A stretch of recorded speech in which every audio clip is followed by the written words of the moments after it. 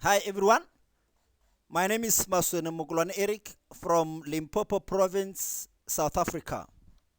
Welcome to the lesson, Comprehension Analysis Skills.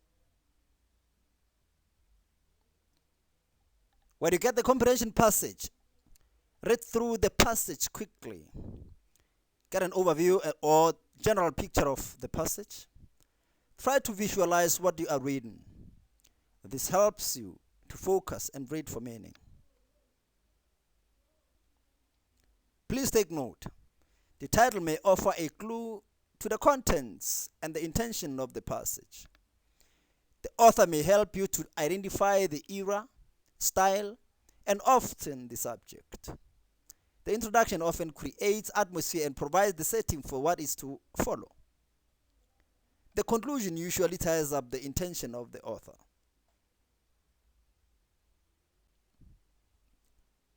Now, you should ask these questions.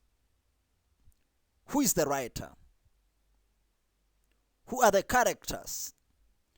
What is the main idea of the passage? Where does it take place? That is the setting. When does it take place? That is the setting, time, date, and era. Why has this passage been written? What is the writer's intention? How does the writer express himself or herself? What language devices are used? Now, read through the comprehension questions. When you do this, bear the passage in mind. This will give you a clue leading to the answers in the passage. Normally, I prefer reading the questions before reading the passage. So this is my advice to you.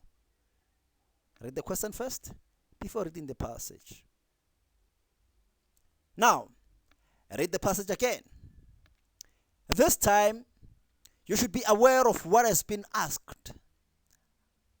Highlight the main ideas in each paragraph. Remember, each paragraph presents a new idea.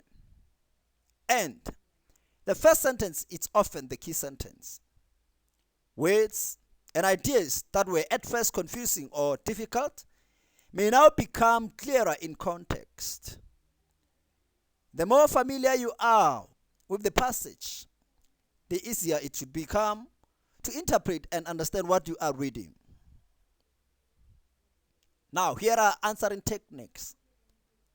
It is important to interpret and follow the instructions exactly as they are given. Ask yourself this question.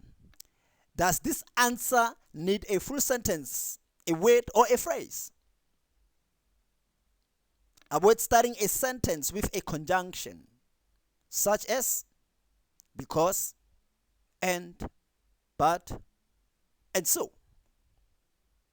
Now, the mark allocation is usually an indication of the number of points needed. Your numbering must correspond to the numbering of the questions. If you are asked to describe in 3 sentences what the character looks like, do not give 2, please. Stick to the instruction. Do not give one-word answer if you are asked for sentences. Each answer must be written on a new line. When quoting from the text, enclose the quotes with a single inverted comma. When asked to describe the tone of any text, use one adjective. Edit your work to check that you have answered correctly. Spelling and language errors result in an unnecessary loss of marks.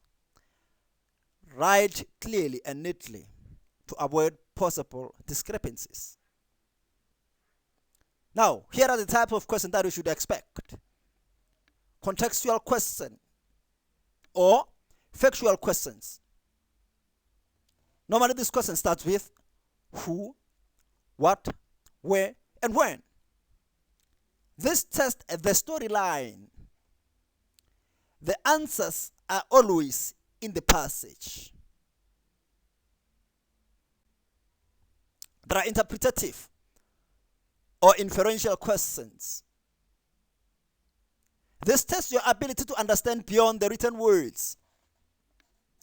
You'll have to delve deeper into the content and decide what has been inferred without being openly stated. The writer's attitude, style, and tone often provide clues. You should draw a conclusion based on the text and your own experience. Now, there are language usage questions. This includes vocabulary, grammar, punctuation, and figurative language. The questions are usually asked in context. There are tone questions. Does the passage convey the writer's feelings, moods, and attitudes?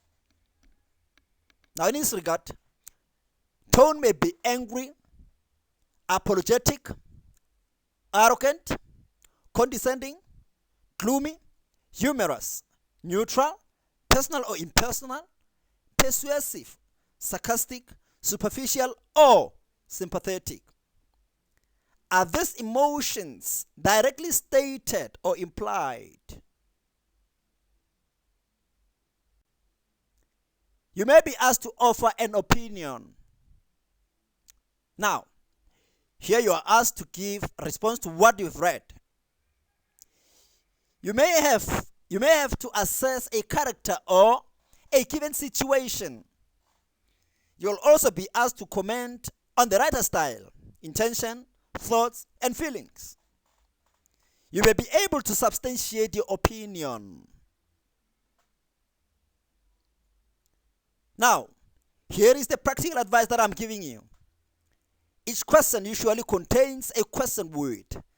Underline this. Each question usually contains a key word or a key idea. Underline this. Try to remember whether you read this fact near the beginning, middle, or end of the passage. Put your eyes into search mode and glance down center of the paragraph to find the sentence containing the key words or key idea.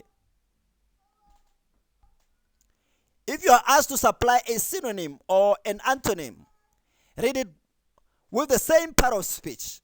For example, a noun with a noun, an adverb with an adverb.